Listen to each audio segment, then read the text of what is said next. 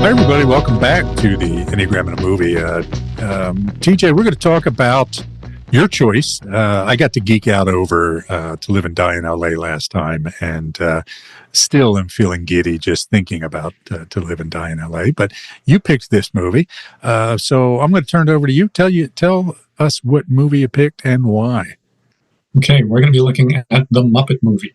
The Muppets have existed in many different iterations, and we're primarily going to be talking about the 1975 movie, The Muppet Movie, with Jim Henson, Frank Oz, all the classic puppeteers as well as Muppet characters. And, I want to talk a little bit about the franchise in general. Right. And unlike To Live and Die in L.A., this is not something I'm passionate about. I watched the Muppets when I was growing up. I really liked them, but they weren't my thing. I had a number of things that I would describe as my thing. This wasn't one of them, but I didn't dislike them. Right. I was motivated to want to look at this because I had noticed that the Muppets have just found a place in pop culture that is enduring. And even if they're not specifically my thing, they are definitely a thing for a lot of people. Right. They're iconic, and I thought that might be interesting to look at through this lens. Yeah, great. So you said 1975. Was the movie 1975 or 79? I don't know. 79. Okay. All right. Yeah, great. Yeah. So for me, we were talking a little bit about this before we started recording. I was 16 in 1979, so a little too old for the Muppets. And, I missed Sesame Street and all that stuff. It started after I was, a child. And I did not have children yet. So I did see the 2011 version of the Muppet Movie, which I quite enjoyed. I took my kids to and quite enjoyed it. Did they that. enjoy it? They did enjoy it. Yeah, I'm not sure, honestly, if they enjoyed it as much as I did, but I do recall them enjoying it. And I think, and this is one of the beauties of the Muppets, I think, is that kind of like the old Bugs Bunny movies, it's not just for kids, right? There's adult humor, I'll say grown-up humor, not adult, there's nothing risque about it. Yeah, there's nothing at all risque about it. But yeah, certain things that adults would find funny that kids wouldn't get. Cameos by celebrities that kids wouldn't know who they are. Yes, and certainly in the 1979 Muppet Movie, it would be, and honestly, that's the thing I enjoyed most about watching it, is going back and seeing these cameos by all these people who at the time were extremely famous. And I would see them on the Merv Griffin show or the Mike Douglas show or the Johnny Carson show or something like that. So I knew all these people, and seeing all these faces from my youth pop up again was really delightful for me. It was a nice nostalgic experience. Yeah, it's pretty crazy how many cameos there are in the movie and how many prominent people they got to host the TV show in its 5 or 6 seasons. Like, there was practically never an obscure host. If you look at it now, if you look at the roster of hosts, and there's no way they've made much money doing this. Right. Like, I can only conclude they were doing it for the fun of it. Right. I would agree. I would agree. And because, like you said, I don't know what the budget was for the movie, but it clearly wasn't huge. You could tell just from the production values. But yeah, Orson Welles was in the damn thing, right? Bob Hope, I'm not sure, but I think I saw Robert Mitchum in there, or it might have just been somebody who looked like Robert Mitchum. I'm not sure. People like Milton Berle. Milton Berle was in it, right? So, or Elliot Gould, who was a major leading man in the 70s, right. Not really remembered so prominently now. Telly Savalas. Yes. Huge TV star at the time. Steve Martin, Richard Pryor, Mel Brooks. Cloris Leachman. Yeah. Carol Kane, Madeline Kahn, James Coburn, tough guy James Coburn. Yes. Not beneath him to be in a silly kids movie in one scene. Yes. And of course, it wasn't just a cameo, but Charles Durning was kind of the lead. Had a major role. Had a major role as kind of the bad guy. And Durning is a really interesting character to me, right? Because I think he's, he was kind of a very commonly seen character actor in the 70s and 80s, into the 80s. Was he in Tootsie? Was he one of the guys that, yes, he was in Tootsie. And Sting. Yes. So in lots and lots of stuff. And Interestingly enough, something I only recently found out, he was quite a war hero in the Second World War. I mean, he had a very distinguished military career with all kinds of medals for acts of bravery and that sort of thing. And I forget the details. I didn't go back to review them, but you wouldn't assume that from certainly from this movie and from most of his roles. So. And that's the thing. It didn't seem like he was slumming it, like this was a sign that his career was on the decline, right? Or that he was kind of rolling his eyes that he was the antagonist in the Muppet movie. Yeah. He seemed to be having as good a time as everybody else. Yes. Certainly throwing himself into it and overacting. It was hard not to think of Jackie Gleason and Smokey and the Bandit when I was watching this, right? That just sort of unabashedly over the top sort of acting. Yeah, totally. Not taking himself seriously, not expecting he's going to get an Oscar for it. And also that it won't diminish his career. And it didn't. He went on to continue to play roles in great movies and obscure movies and Broadway plays. Now available from Jim Henson Video. Hollywood, the pot of gold at the rainbow's end. Hey, we're all going to Hollywood. You want to come with us? Hollywood? It's time to grab your pack, stick out your thumb, and hitch a ride for the adventure of your life. Hey, wait for me! It's Jim Henson's The Muppet Movie. We're moving right along. Footloose and fancy free. You know, I hear this movie is dynamite. It's a story of the open road where hopeful hitchhikers come by the carload. One of them? No thanks. I'm on my way to New York City to try to break into public television. There's Fozzie at the wheel. A bear in his natural habitat. A Studebaker. Kermit guiding the way. Turn left if you come to a fork in the road. Fork in the road. I don't believe that. And a roadside distraction named Miss Piggy. Wow. Hogging the spotlight. Now it's all aboard. Everybody on to Hollywood! As the Muppets hit the jackpot. They're the standard rich and famous contract for Kermit the Frog and Company. And Hollywood stars get into the act. Milton Berle, Richard Pryor, Bob Hope, Steve Martin, and others. Would you taste it for us, please? Excellent choice. And now Hollywood will never be the same. Stand by. Here we go. Now you can own the Muppet Movie on video cassette. So tell us more about this. Again, you talked about it having an enduring cultural legacy. Why did you think it would be good to talk about this in the lens of the Enneagram? Well, the Muppets themselves as characters, it's an ensemble.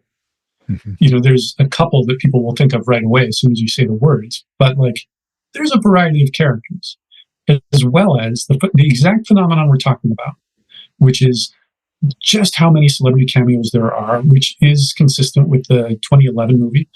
And, I must admit, I haven't seen it. It's a gap in my cinema lore, but I've never seen the Muppet Christmas Carol. But I imagine, I know that it has Michael Caine as Scrooge. So, pretty prominent actor in that role. Yeah. And it's something I see a lot on social media. People will post name a favorite movie that you'd like to see redone with one actor being a real person and everybody else being the Muppets. Mm-hmm. Or, there were some behind the scenes things that would show up of here's how they made Kermit ride a bicycle in the Muppet Movie, which I have to admit, I was watching for and I couldn't see. How did they do that? I thought it looked pretty good. It was, yeah. Interesting practical effects. Yeah, and pre-CGI, right? So to have all done through cleverness. Yeah, to have this puppet riding a bike down the middle of the street, because obviously in most of the scenes they're puppets, right? I mean, you don't see the lower half of the body and that sort of thing, but they did put a little effort into this one to make it more believable. Yeah, and in the 2011 movie, they recapped a certain number of elements. There were a certain number of references to things that had happened in the Muppet Movie, including at least somewhat of a reprise of the song The Rainbow Connection, which has also become iconic within the culture, I think. Yeah. So, I thought doing this is kind of in line with, we did a whole season where we looked at a bunch of the Marvel movies. typing different Marvel characters. I would love to do an episode, and this probably would be, this is the thing I was into, Star Wars. Back when there was one Star Wars movie, simply called Star Wars. It had no episode number, it had no subtitle. Right. And then, the trilogy. That was iconic for me. I would love to do an episode just on that, like typing these iconic characters. Yeah. So I thought it would be interesting to look at the Muppets in the same way. Not that we get an in-depth look at these characters, not that there's an incredible difference between a lot of these characters, Right. but still. Right. So which of the characters do you think stood out? I mean, it probably makes sense to start with some of the bigger characters, or like Kermit and Miss Piggy are the two most prominent ones. And then probably Fozzie. Fozzie Bear is kind of the third most prominent character. Any thoughts on the Enneagram types of, let's start with Kermit. Well, why don't I give a summary of the movie? Yeah, that's good. Do that, yeah. This isn't going to make sense to anyone unless they have a good sense of what the story was of the Muppet movie. So, and I also have to point out, I just talked about a frog riding a bike being believable. I want to caveat, like we have to do in some movies, we have to suspend disbelief in order to truly enjoy this. And the fact that you were able to speak of this with warmth, I think, proves that people can change. So, the Muppet Movie, as we mentioned, came out in 1979, and it tells the story of how the Muppets came together and started putting on their shows. So this was released within the span of the TV show, The Muppet Show. So we start with Kermit the Frog, who lives happily in a swamp, and when we first see him, he's singing the song Rainbow Connection, playing the banjo, sitting on a rock in a swamp, couldn't be happier. And then he gets told by a lost agent, played by Dom DeLuise, that there's a movie studio in Hollywood looking for a singing, dancing, performing frog. And Kermit gets intrigued by that. Even though he's happy in the swamp, he's intrigued by the notion of making millions of people happy. So he decides to leave his home in the swamp and travel there, and all the way to Hollywood. They don't establish where he's starting from or how far it is, but he makes, so it's primarily a road movie. Yes. And along the way, he meets and either gets help from or is joined by other Muppets in this world in which Muppets coexist with people, with nobody seeming to think that that's unusual. Right. Nobody says, that's a cloth, that's a fabric, talking frog coming at us. Yeah. They just go with it. Okay. Yeah. So along the way, he's being followed by a guy called Doc Hopper, who's played by Charles Durning, who owns a chain of Frog's Legs restaurants, and he wants Kermit to be the commercial spokesman for his restaurants, and Kermit wants to have nothing to do with them. But no matter how much he rebuffs them, Hopper and his henchmen are always there to try and get him on board. Hopper's efforts eventually fail, even though they climax with a big confrontation after Hopper's enlisted an assassin. And the Muppets eventually do make it to Hollywood, where they're signed by a movie mogul played by Orson Welles. They're given their own studio, and as they populate it and sing the song Rainbow Connection, Gonzo crashes a prop through the ceiling, and an actual rainbow shines through it all. And of course, this is all a film within a film, because it's meta from start to finish. Right. The opening thing that happens is we go to the studio, Worldwide Studios, that has made the Muppet Movie, and the Muppet Movie itself is being screened for an audience of Muppets. Right. And partway through the movie, the film burns, and there's a Muppet in the projection booth, and they're trying to get the reels back on track and everything like that. There are many references throughout the movie to the fact that it's a movie. Mm-hmm. Characters read the script to find out what's going to happen next. So, and that's interesting. I mean, because it is this sort of meta movie within a movie. It's very self-aware, particularly about the entertainment industry, I think, right? And even when you think about the frog-like thing, wanting Kermit to be the spokesperson for a chain of frog-like restaurants, I mean, it's just, again, it's very kind of media savvy in a way for that time, which was a very interesting theme. And again, gives it more of an adult feel, right? This is not something children would pick up on. And even having Orson Welles as the movie producer, right? Considering what a great, filmmaker he was quite an actor as well, but that's not what he's known for, right? He's known for writing and directing and producing movies.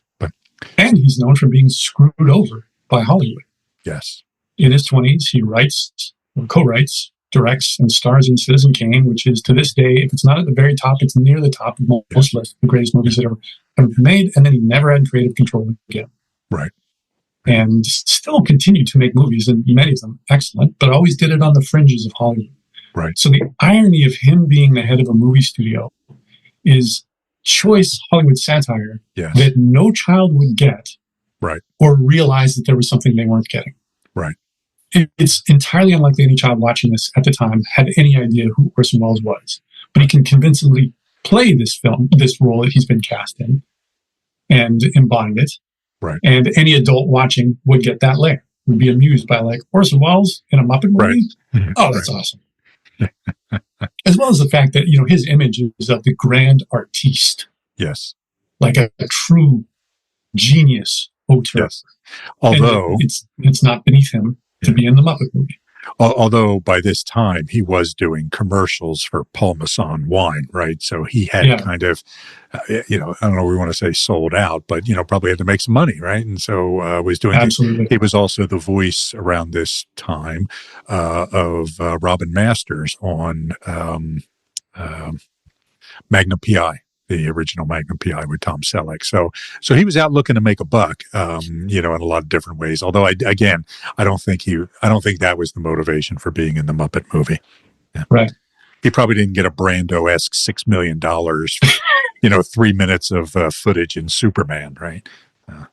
And his big line, when the Muppets come into his office, is to offer them the standard rich and famous contract. That's a good joke. Like, I can imagine him reading the pages of, like, we want you to play this role, and him thinking, oh yeah, that'll be fine. And bringing the full gravitas to it, that moment of suspense before he offers him the contract. Like, that's a good bit. It's a sketch. It's a comic sketch. Yeah. Yeah.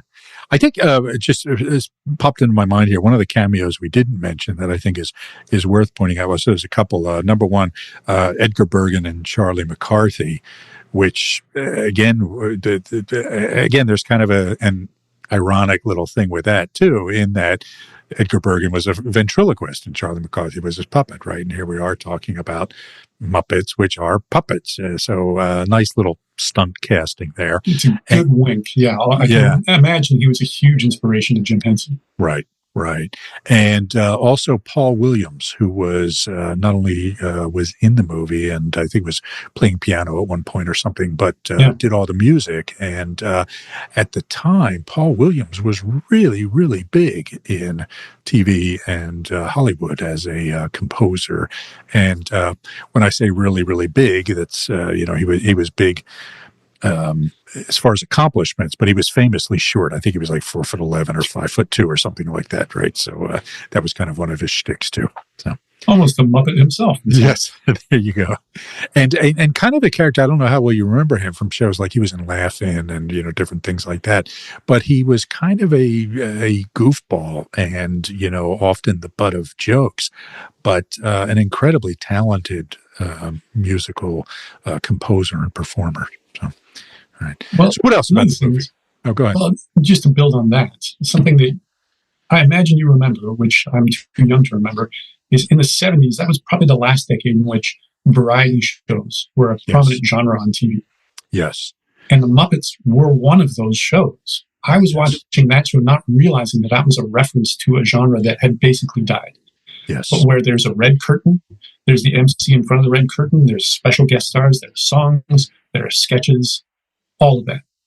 All of which is a reference to vaudeville, which I also at the time had never heard of and had no idea what it was. Right. You're absolutely right. So during this time, I mean, the most famous one, of course, was the Ed Sullivan Show, right? We all know about the Beatles being on Ed Sullivan. And, I mean, everybody who was anybody was on the Ed Sullivan Show during the 60s. And then you had people like Carol Burnett, right, who, had just an amazing variety show like this, and with incredible skits. I mean, if you ever get a chance to go back and watch some of the classic Carol Burnett clips with particularly Tim Conway and Harvey Korman, it's just genius. Tim Conway was amazing. He was just so funny, and a lot of these shows were being done live too. Right. So, it was a big deal when they started taping these things and recording, and showing them later. And that's what made, some of them, and they were often done before a live audience, right? Which is and you didn't get to do second takes, right? Very often, particularly if they were live. So, it would be so much fun. And you felt this, if you think of the Carol Burnett show and Tim Conway, it was kind of his mission to get the other actors to break character, right? To go off script, to be funny, to get them to laugh. And you would see these episodes of them just trying to hold it together, right? Which are just hilarious. And it always added this tension because, all right, are they going to make it through? Are they going to be able to do this? And so forth.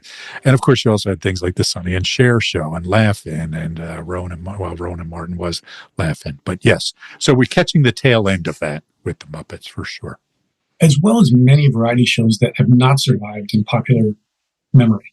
Yes. Like Captain and Tennille had a show, or yes. Mike Douglas had a show. Or there'd be shows that would just be on for the summer while the host was on vacation. So it's like, instead of having a guest host for the summer, let's just give that person their own show for 8 weeks.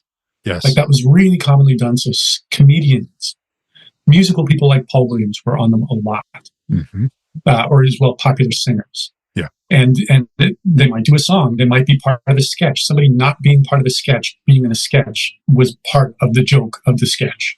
Yes. If here they are playing this funny character in this funny costume. Saturday Night Live originated in that era and is one of the only variety shows that continues. And it's got some of those same elements, but it doesn't have the feel of something that's old time. Whereas if you watch footage from those 70s variety shows, it really feels like, that's from quite a while ago. Yeah, it does. You almost expect them to be wearing barbershop quartet outfits and, doing ragtime and things, right? It really does. I'll say it feels dated in the best possible way. For me, the Muppet Movie felt like it was locked in time, kind of like To Live and Die in L.A. was, right? I mean, you can't watch To Live and Die in L.A. and think that it's any time other than the 80s, right? And it's the same with the Muppet Movie. You can't think, this could have been the 80s or this could have been the 60s. No, man, this was the 70s, right? I mean, through and through, which for me was just a moment of joy because that's when I kind of grew up. So. Right. So almost a time capsule. Yes. Yeah. So there's a certain nostalgia in it. So that brings us to our characters. Jim Henson has widely been typed as a 9.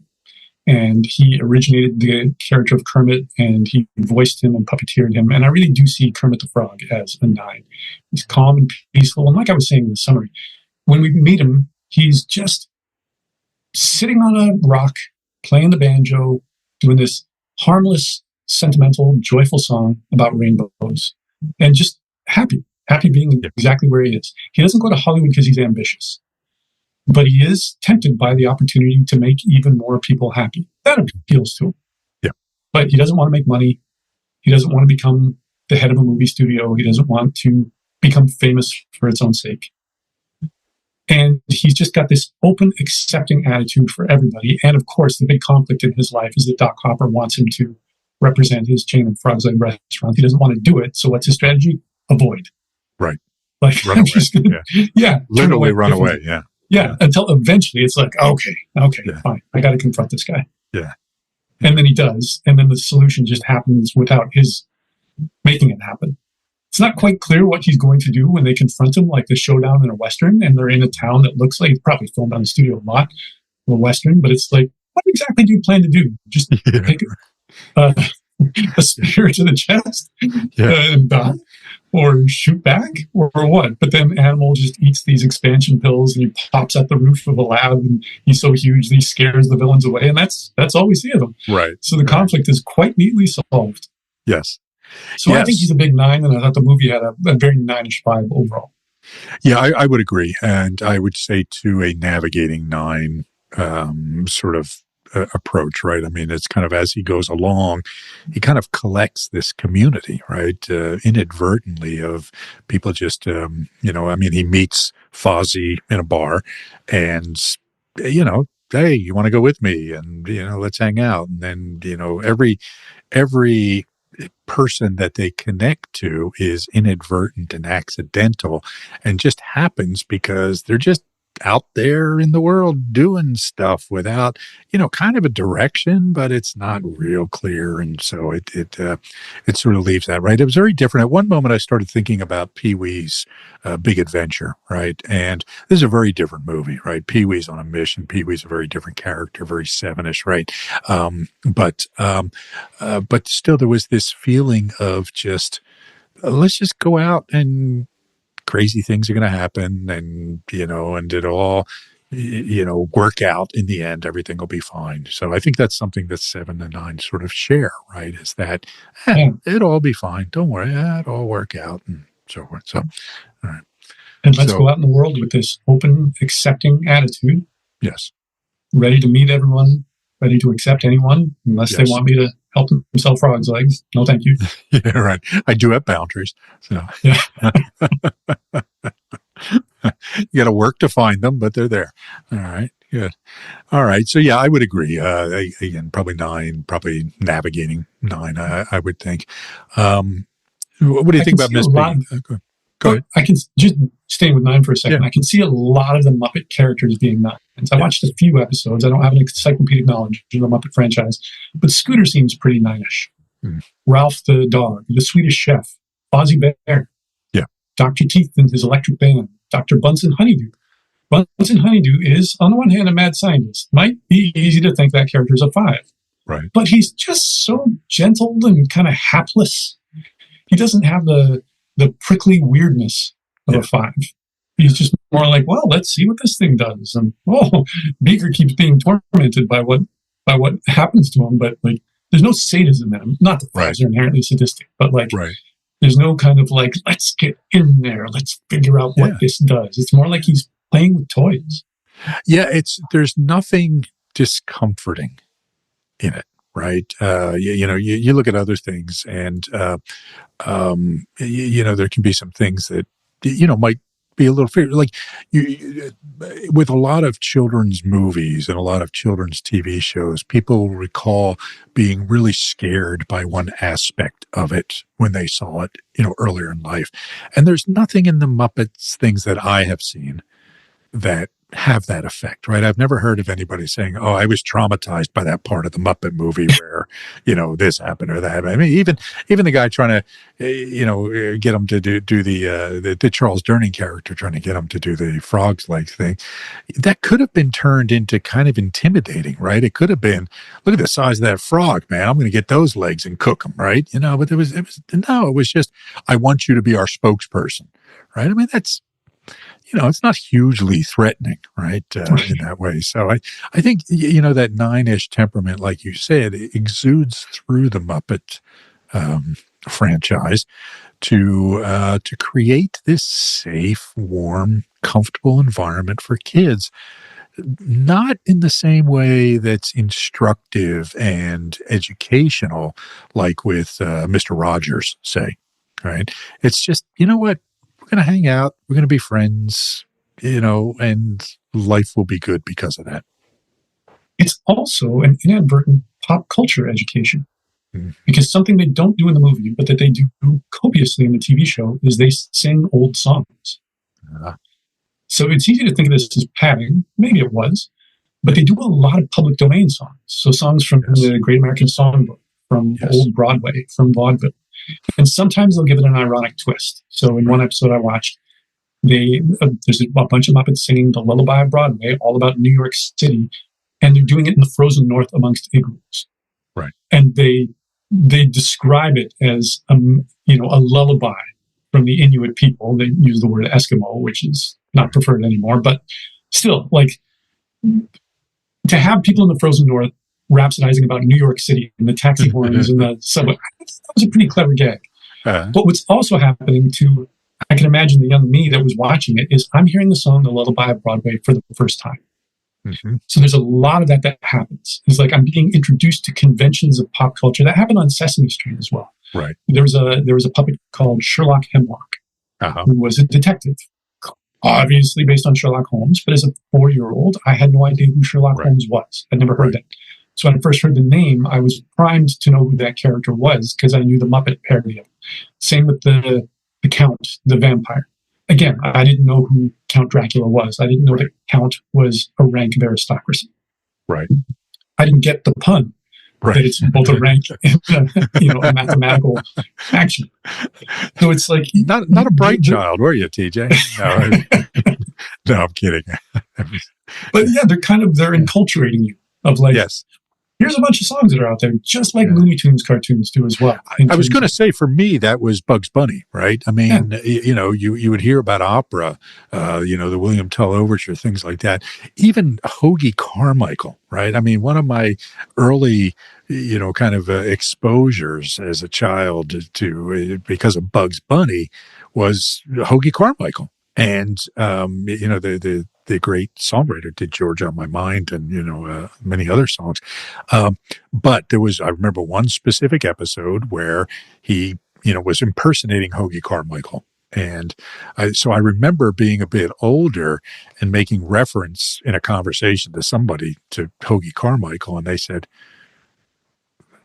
who the hell is Hoagie Carmichael? And what do you tell? When I explained it, they were like, how on earth do you know that? I was like, I watched Bugs Bunny. So, yeah. Bugs Bunny gave us all an education in classical music and opera without ever making it seem like that was the case. Yes. As well as a lot of pop culture references from the 1940s when those cartoons were made and aired in movie theaters, which I had no idea when I was watching them on TV. Right. But I have read, I'd like to authenticate this, that rabbits actually don't particularly care for carrots.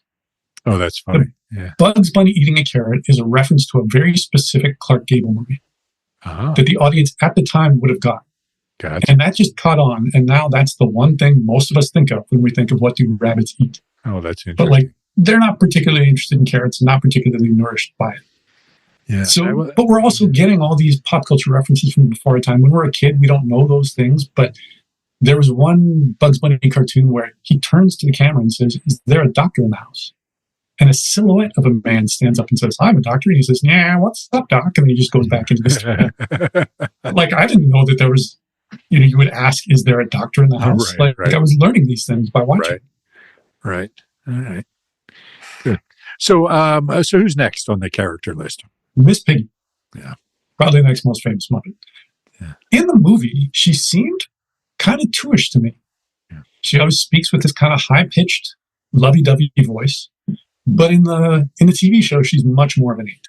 Mm. So I think she really rides that line between 2 and 8. In the TV show, she's much more likely to karate chop someone and to speak more with annoyance and control. And she's the star, and she really reacts immediately and violently when someone does or says something that threatens her status as the star.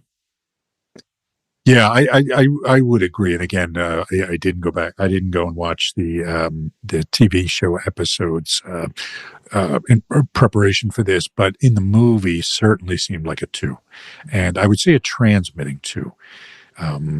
Clearly loving attention and very. Look, she was a horn dog after poor Kermit the whole time, right? And so, and I'm not just saying that transmitters are horn dogs, but but one of the things we see with transmitting too is it is the most aggressive of the 2 subtypes, right? So the transmitting 2 can be a very aggressive and volatile character. And so that she goes into, because there is that scene where she saves Kermit by kicking the butts of, 4 humans and, rough and tumble guys. And probably that's probably the part of Miss Piggy that got the best response from people, so they leaned into that into the future, right? But again, if there is a subtype of the 2 that's going to be more aggressive and likely to karate chop somebody, it's probably the transmitting 2. Agreed. Yeah. Animal seems a pretty good 7 to me. Just kind of the wild card, out of control 7. Yes. A caricature of a 7, as appropriate for a Muppet called Animal. Right. He reminds me of Dave Grohl in concert, right? Not Dave Grohl off stage, but Dave Grohl on stage has that sort of animal wildness to him, and just this joy of being alive, right? I mean, it would be easy to think somebody named Animal who was, that assertive would be more eight-ish, but he wasn't, right? I mean, he wasn't scary or intimidating or aggressive. He just had all this energy that needed to come out in some way. Yeah. Didn't want to be in charge. Right. And Dave Grohl has a cameo in the 2011 movie. Oh, that's right. That's right. I forgot about that. Yeah. Also reminded me of John Belushi. Ah, right. Who was a drummer in his youth. Oh, was he? Yeah. Which served him well when he was eventually Jake Blues in the Blues Brothers. Gotcha. Yeah. All right. Who else? Sam the Eagle. Not a huge role in the movie, but, one of the regular Muppets in the TV show. Seemed a pretty good one. And one of the only lines that he has in the movie is right before the screening starts at the top, where he says to Kermit, "I hope this movie is educational." Again, very much a cartoon of a one. Right. Like his face is contorted into this kind of righteous scowl. Mm-hmm. That he wants everything to be good and right. Right. Yeah. All right. Any others? Not particularly. I guess the only other major characters, and I don't have types for them, are Statler and Waldorf. Yeah. The two old men heckling everything. But there's, in spite of all their cynicism, there's a pretty gentle vibe to them too. They're always making fun of what's happening. They don't respect anyone, but they're never cruel. Right. Yeah, I would agree. And, because they did have the reputation of being sort of the negative voices and the critical voices. But I think it served to keep the Muppets from becoming too saccharine or too, self-satisfied or too safe, right? I mean, it kind of was a reminder that, hey, we're all in on the joke here, right? Don't take this too seriously. This is just to have fun. So there's almost kind of like it's pretty obvious, I guess, an analogy of kind of the court jesters of the Muppet universe. So, yeah. And you're right, letting us know that they don't take themselves seriously. There's no preciousness to what we do. Right.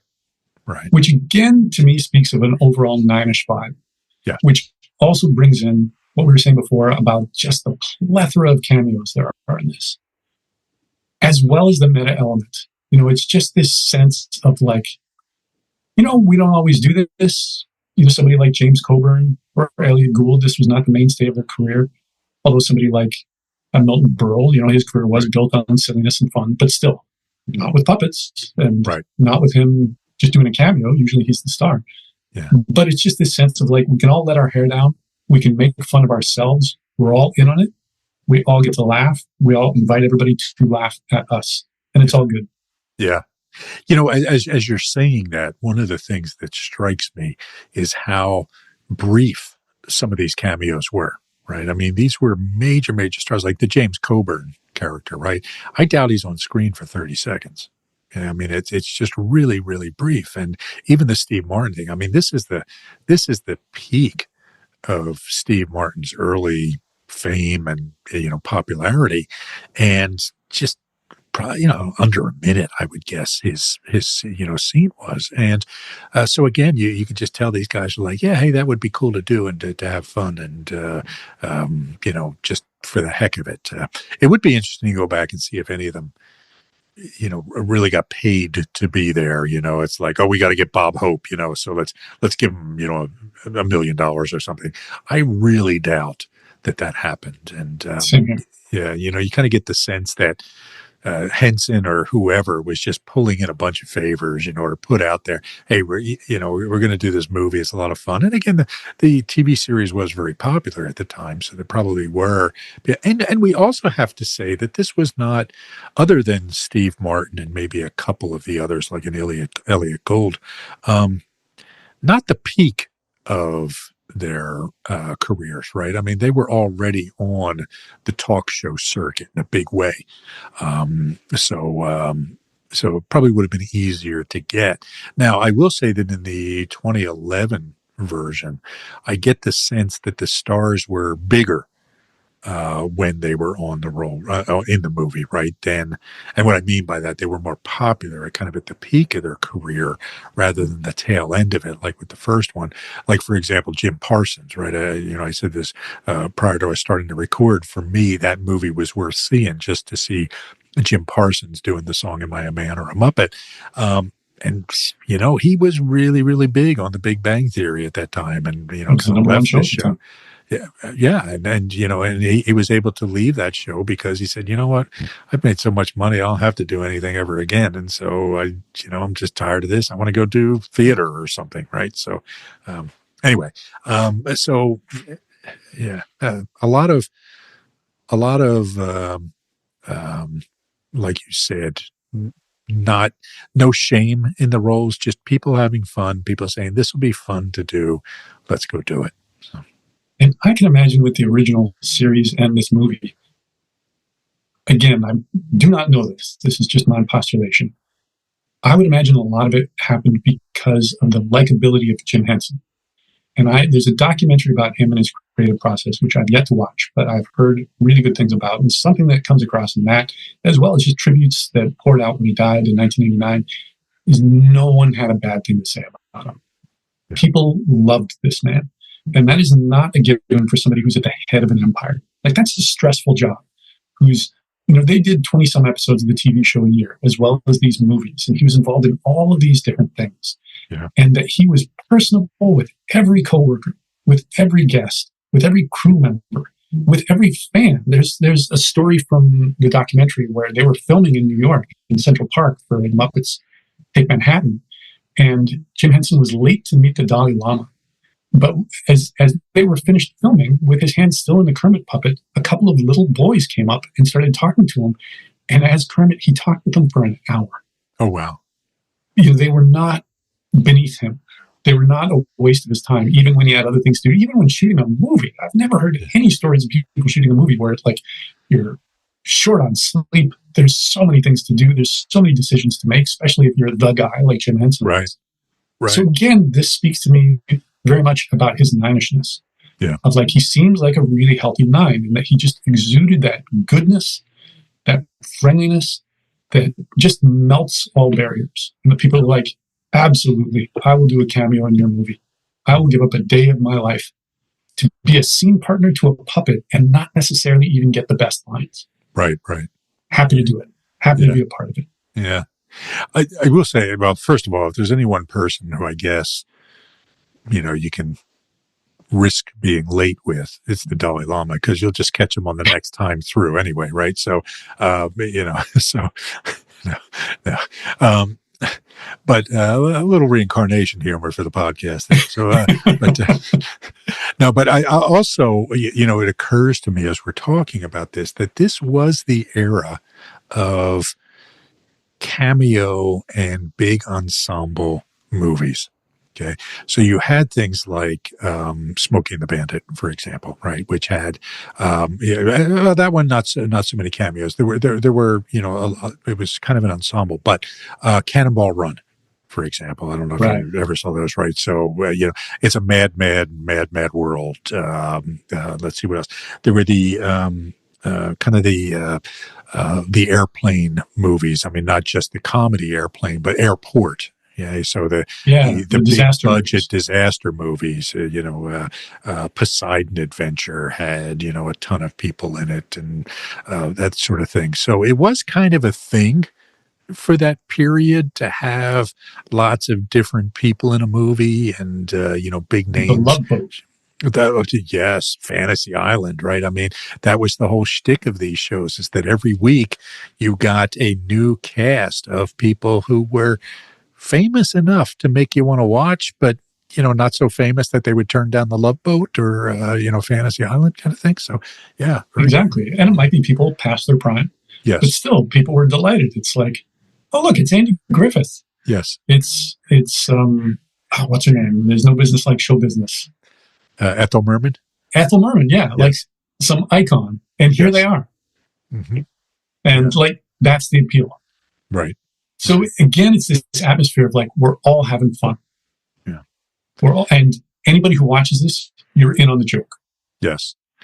which frankly was the 70s, right? I mean, the 70s was, hey, man, we're all just having fun, right? I mean, the clothes were, wacky and crazy, and, disco was a thing. And, I mean, it was just it was a fun era. It was, you had the intensity of the 60s and the rebelliousness of the 60s, and in the 70s, it was just like, hey, man, life is good, other than the oil crisis and Watergate and all that stuff. For the most part, it was kind of a party, right? I mean, YMCA, the song, that, kind of exemplified the era. And then in the 80s, you turn into this darker, more greedy, more, greed is good, self-oriented, get ahead, screw the other guy, competitive environment that was, and whenever I think of 80s movies, they just feel and look darker to me than the 70s movies do. Yeah, sharper. Yeah. Yeah. Well, one more thing to say about all this is that the sensibility we've been talking about with all the cameos, with people spoofing their own image, that's something that I see on SNL. So on Saturday Night Live, new guest host every week. And usually at some point they're spoofing their own image. And it might be in the opening monologue, it might be in a sketch where they recreate a famous role that they're known for, or something like that, and they play the opposite of themselves. But again, it's this, and maybe they're not a sketch player, and maybe they're not a very good sketch player. Yeah. But that's part of the fun. And SNL is rooted in variety culture, as we talked about. Yeah. It's something I also see with Super Bowl commercials. Commercials on the Super Bowl to this, probably bigger than ever. Yeah. And there are now previews for Super Bowl commercials. There are teasers. Right. And the gist of most commercials is they star somebody who's so famous that they don't normally do commercials. Right. And they're doing something that is a parody of what they usually do. They're not just doing the thing, but more. Right. They're making fun of themselves. They're in some kind of unlikely casting. And again, we're all in on it. Yeah. Which really makes it seem to me like skit night at summer camp. Yeah. Like we're all letting our hair down. We're all having fun. Yeah. Which is rooted in one of my favorite nonfiction authors, Barbara Ehrenreich, has a book about the history of collective celebrations. And she talks about the significance of Carnival in medieval culture. And the whole purpose of that was just a leveling of social ranks. So during Carnival, there was a fool king, or there would be traditions in which like the aristocrats were serving the servants. And peasants and serfs were feasting. And it's like, we're all just having fun. And it's a good way to blow off steam. Yeah. Yeah. And there's a lot to be said for kind of self-mockery in revitalizing people's careers. Right. And, as we see with a lot of these characters, it is kind of the, past their peak. And so, there's this opportunity, right? A couple of ones pop into mind, like when Hugh Grant ran into his, problems with the prostitute. And what did he do? He goes on the Jay Leno show and pokes fun at himself, right? Has a laugh at his own expense. Another one I was just, overhearing somebody talking about on a podcast was Rob Lowe going on Saturday Night Live after the Atlanta scandal, right? The sex tape that came out from the Democratic National Convention when he had sex with an underage girl and her mother or something like that. I don't recall the details, but anyway, everybody thought, geez, he's done. And then Lorne Michaels gave him a chance on Saturday Night Live, and he killed it. And it revitalized his career. He got the West Wing after that and some other things, and went on to have a kind of a second career. So, right. Yeah, it's an interesting thing because celebrities are basically our equivalent to mythological figures. And like mythological figures, they can fall. They rise, they can fall. And then every once in a while, they can rise again, exactly as you said, by making fun of themselves. Which is also a very nine-ish thing to say, hey, folks, I don't take myself too seriously. Right. And you shouldn't either. Yeah. I'm happy to make fun of myself, even though in the case of somebody like Rob Lowe, I'm still incredibly good looking. Yeah, right. And very rich and have a life that you won't ever approach. Yes. But I'm not going to say that part or even imply it. I'm going to have fun with you. Yeah. And on the Rob Lowe thing, because, and I don't know if we have ever talked about this on the podcast or anything, but he is a guy who, he just knows, he seems to know how lucky he is. Right. And he seems to understand that, hey, yeah, look, I was born with this face, right? There's nothing I can do about it. And there's lots of other people out there with this face, but I made it big. Right. And so it was interesting to watch the Andrew McCarthy documentary about the Rat Pack. Right. And you've got all these people in the Rat Pack talking about how, oh, this ruined our lives and upset our careers and all this stuff.